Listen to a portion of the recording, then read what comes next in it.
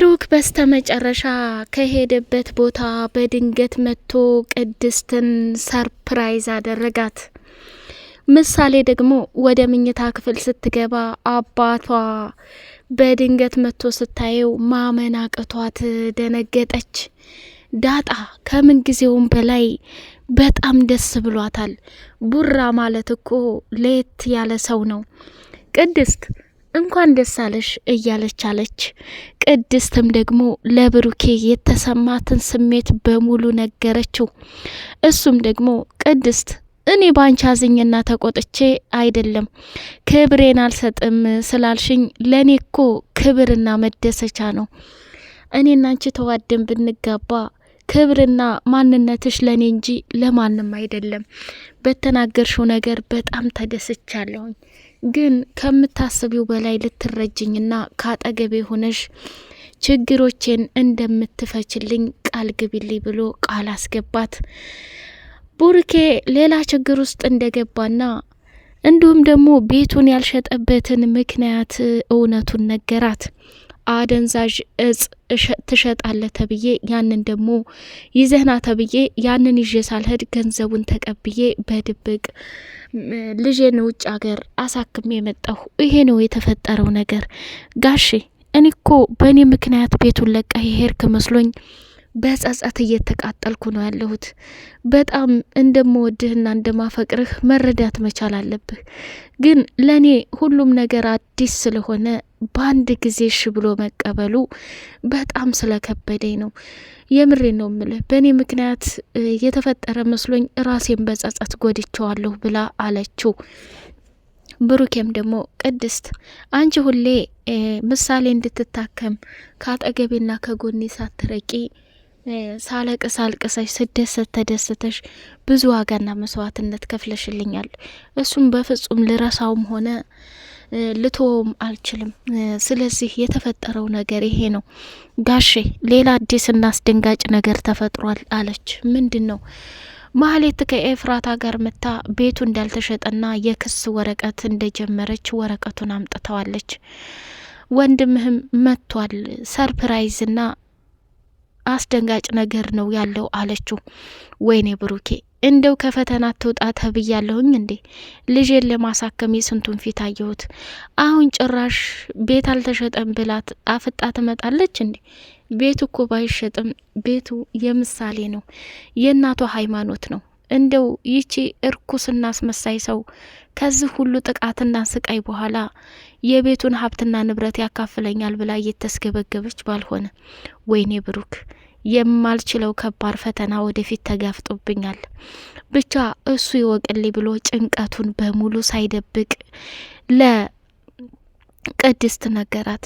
ቅድስትም ደግሞ አረጋግታ ሁሉም እንደሚያልፍና ነገ ሌላ ቀን እንደሆነ ነገረችው። ምሳሌ ከምንም በላይ ደስ ብሏታል። ቅድስትን እማዬ እያለች እንድትጠራ ነገሩ እየበረታ ሄዶባታል። ዳጣ ቁጭ ብላ ስለ ብሩኬ ሲያወሩ እንዴ ቆይ አንቺ ጋሽን አትወጂውም እንዴ? የመጥፋቱ ነገር አያሳስብሽም እንዴ? እያለች አለቻት። ቅድስት ቡራን ታንቺ በላይ ነው እወደዋለሁ።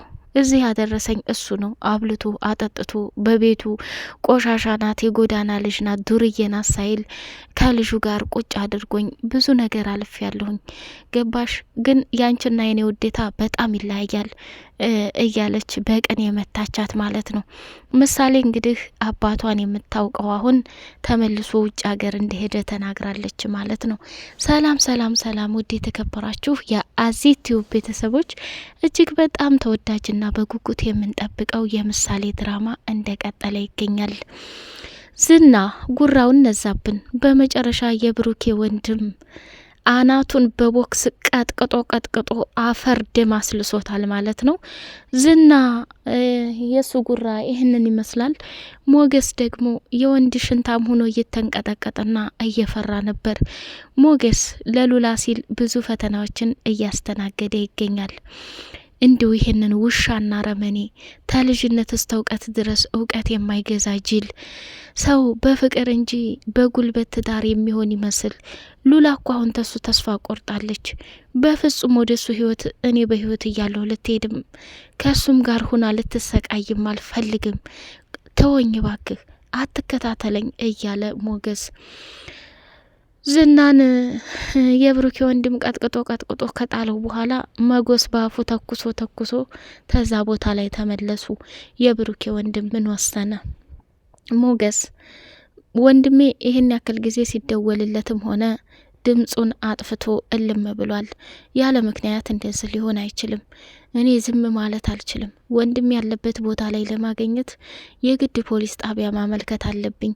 ዛሬ ወደ ፖሊስ ጣቢያ ሄጄ ብሩክ የት ገባ ምን ገባ የሚለውን መረጃዎች ሰብስቤ መሄድ አለብኝ እና ተደዋውለን እንገናኛለን። አንተ ወደ ቤት ሂድ፣ እኔም ወደ እነ ቅድስት ጋር ሊሄድ ብሎ የብሩኬ ወንድም ቀጥ ብሎ ወደ እነ ቅድስት ጋር መጣ። ምሳሌን እያጫወታት ሳለ እኔ አጎቴ ትምህርት ቤት ነገ ትሸኘኛለህ አለችው። አይ እኔ አንደኛ የማይወጣ ተማሪ በፍጹም ልሸኝ አልችልም። የኔ ልጅ ደግሞ ጀግና የወንድሜ ልጅ አንደኛ እንድትወጭ ፈልጋለሁ ብሎ ሲላት፣ አይ እኔማ አንደኛ ደረጃ ለሚወጣው ልጅ ትችለታለሁ፣ ለምን አጎቱ እንዳስቀይመውና እንዲጠላው አልፈልግም አለች። ሳቀባት። እሺ አንደኛ ደረጃ ለሱ ተይለት፣ ሁለተኛ ደረጃ ውጭና ጀግንነትሽን አሳይኝ አላት። እሺ አጎቴ ቃል እገባልሃለሁ፣ አሁን በአሁኑ አመት ሁለተኛ ደረጃ ወጥቼ አጎቴ አለይ ብዬ ትምህርት ቤት አስቀናቸዋለሁ ብላ አለችው። ከዛ በኋላ እንደገና ታይ አትፈታተንኝ እያለ እያጫወታት በቃ እባክህ አጎቴ ተወኝ እያሉ እየተጫወቱ ለአባቴ ነው የምናገረው ብላ ስትለው፣ እንዴ አባትሽንማ በቦክስ ብዬ አንበረክከዋለሁ። እኔ እኮ ታላቅ ወንድሙ ነኝ። ታላቅ ወንድም ይመታል፣ ይቆጣል፣ አይቆጣም። ስለዚህ እንደዛ ነው የኔ ቆንጆ፣ በጣም ነው ውድድ ማደርግሽ። በያሁን ሂጂና ፈተናሽን፣ የቤት ስራሽን፣ የክፍል ስራሽን ስሪ ብሎ አላት። እሺ አጎቴ እኔም በጣም ወድሃለሁኝ ብላው ከዛ ቦታ ሄደች ማለት ነው። ቅድስት ተመልሳ መጣችና አስቀድመው ዳጣና ምሳሌ እንዲሁም ቅድስት ምግብ እየበሉ በሩ ሲቆረቆር ብሩኬ ነው ብለው ደንግጠው በሩን ሲከፍቱ ኤፍራታና ማህሌት አፋቸውን አሹለው መጥተው ስሚ አንቺ ገረድ፣ አሁንም የቤት ሰራተኛ መሆንሽን አትርሺ። በፍጹም ብሩኬ አንቺን ልታደርገው አትችም። ተመልሽ የመጣው ቤቴ እንዳልተሸጠ ብሩክ ልጅቱን በምን እንዳሳከማት ባላቅም ቤቱ ስላልተሸጠ ቤቱን መካፈል እንዳለብኝ የክስ ወረቀት ነው ብላ ስትሰጣት ደነገጠችና ያንን ወረቀት ከፍተው ሲያነቡት ቅድስትና ዳጣም ደነገጡ። ቆይ ምሳሌም በምን ታከመች? ቤቱ ካልተሸጠ ብሩኬ ገንዘብ ከየት አገኘ እያሉ ጥያቄ ውስጥ ገቡ። ማህሌትና ኤፍራታም እንደለመዱት የስድብ ጉድ አራክፈው ሄዱ። ቅድስትም ስለተናደደች ምንም ነገር አላለችም። አብረው ቁጭ ካሉ በኋላ ምሳሌ ደግሞ ዳጣዬ ቤተሰቦችሽን አስተዋውቂኝ፣ እህት ካለሽ እህትም አስተዋውቂኝ አለቻት። አረ ችግር የለውም አስተዋውቅሻለሁ፣ ብታያት ውሃዬ የምትባል ስሟ ነው ውሃ አለቻት። አዎ እንደ ስሟ ውሃ ደስ የምትል ፍልቅልቅ እህት አለችኝ። ሌላ ደግሞ ኤቢ የምትባል ነጭ ናጫለች፣ ግን ወዳታለሁ እና አንድ ቀን ወስጅ አስተዋውቅሻለሁኝ አብሽሪ እያለች አለቻት። እሺ ተባባሉ። ቅድስት በጣም ሀሳብ ውስጥ ገባች። ያንን ወረቀት ከፍታየችውና ቅመሟ ተረጋጊ፣ ዋናው አሁን ብሩክ ከመጣ በኋላ ስለዚህ ስለ ወረቀት እንጠይቀዋለን። በደረቁ አሁን ብታስቢ ዋናው ብሩኬ ስለሆነ ብሩክም ስለሌለ መታገስ መቻል አለብን ብላለቻት። እሱስ ልክ ነሽ፣ ዋናው የጋሸ መገኘት ነው። አሁን በህይወት አለ የለም የቱኑ ነው? ይሄ ዝናግቶ እያሰቃየው ይሆን እንዲህ ብላለች። እንዴ ቅመሟ ዝና እኮ የሚፈልገው ሞገስና ሉላን እንጂ ብሩክ የምን ያደርግለታል? ሞገስን ለማጥመድ ጋሼ በፍጹም ዝናን አሳልፎ መስጠት ስለማይፈልግ ብሩኬን እያሰቃየው እንደሆነ ብዬ ፈርቻለሁኝ ብላ ቅድስትም ሌላ ሀሳብ ውስጥ ገባች። አሁን ተረጋጊ፣ እንግዲህ ወንድሙም ለፖሊስ ያመለክት ይሆናል። መቼም ያች ማህሌት የማትገባበት የለም። እውይ እንደው የሰው ልጅ እድሜ ዘመኑን ሲከፋ ይኖራል ከልጅነት እስከ እውቀት እያለች ዳጣ መናደድ ጀመረች። የብሩኬ ወንድም መጥቶ የተፈጠረውን ማህሌት መታ እንደነበረና ቤቱ እንዳልተሸጠ ስትነግረው ቅድስት በጣም ደነገጠ። ወንድሜማ የሆነ አጣብቂኝ ውስጥ ገብቶ ነው እንጂ ያለ ምክንያት አይደለም። ቤቱን እንዳልሸጠ ምሳሌን ውጭ ሀገር ይዞ በምን አሳከማት? በጣም ጥያቄ ነው የሆነብኝ። ዳጣ የማህሌትን ቤት ታውቂው ከሆነ ነይና ውሰጂኝ ብሎ አፈጠጠባት። ዳጣም ደግሞ ደነገጠችና አረቀስ እንዴ አረጋጋው፣ ማህሌት የምትኖረው ኤፍራታ ቤት አይደል? ጣጣ ያለውም እወስድሃለሁ እያለች ብድግ አለችና ተያይዘው አብረው ሄዱ ማለት ነው። ዝና እና ማህሌት ደግሞ ካፌ ገብተው አንገቷን ሲጥ አድርጎ እሷም ትልቅ ጀብድ እንደሰራች ብሩኬ ቤት እጄ ወረቀት ማመልከቻ እኮ አስገባሁኝ ቤቱም እንዳልተሸጠ ለቅድስት ተናገርኩ ስትለው ጭራሽ እኔ ይሄንን ሚስጥር ብዬ ብነግርሽ ሩጠሽ ሄደሽ በጎኔ ራስሽን እያሰካካሽ ነው አይደል? እኔ ዝና መጫወቻሽ ነኝ እንዴ? እንዴት እንደዚህ ታደርጊያለሽ? ያለኔ ፈቃድ ማድረግ ያለብሽን ነገር አታማክርኝም ወይ ብሎ አንገቷን እዛው ሴት አድርጎ ማንቁርቷን ይዞ እየተፈታተናት ነበር። ዝና ይሄንን ስቃይ ለማህሌት አድርሶባታል። ሞገስና ሉላ ደግሞ ደስ የሚል ጊዜ እያሳለፉ ይገኛሉ።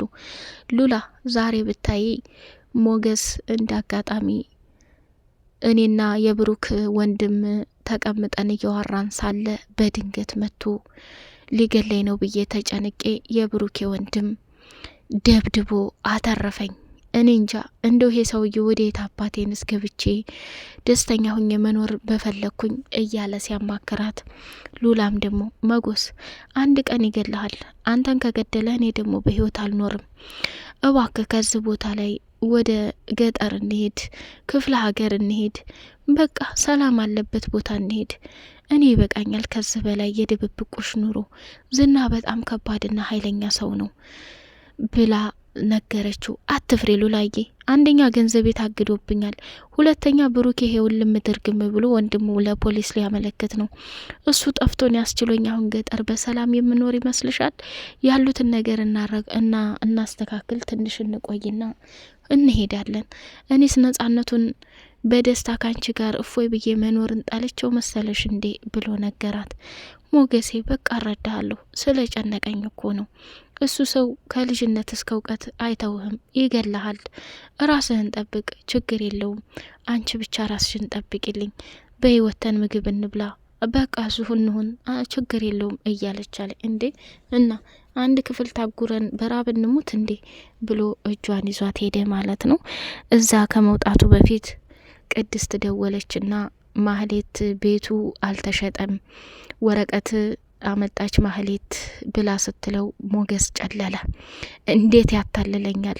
ለራሱ ቤቱን አስቀምጦ እኔ መኪናዬን፣ ሀብቴን፣ ንብረቴን ጭጭ አርጌ ሽጬ ብሩኬ እንዲህ ራስ ወዳድ ነው ወይ? ሁሉን ነገር ደብቆ በራሱ የሚሄድ ከባድ ሰው ነው እያለ መናደድ ጀመረ ማለት ነው። ተው ሞገስ፣ በጓደኛ በሆነው ባልሆነው አትጨናነቅ። ይሄ ነገር ውሸት ሊሆን ይችላል። መጀመሪያ ይሄንንም ነገር ያደረገበት ምክንያት ሊኖረው ይችላል። ራሱኑ ብሩኬን አግኝተህ አውርተህ ከዛ በኋላ መናደድም ሆነ መበሳጨት አትችልም እንዴ ብሎ አለው ብላ አለችው። ሞገስ ሌላ ስሜት ውስጥ ገብቷል። ብሩኬ ቤትና ሀብቱን እንዳልሸጠ ሲሰማ በጣም ነው የተናደደው ማለት ነው።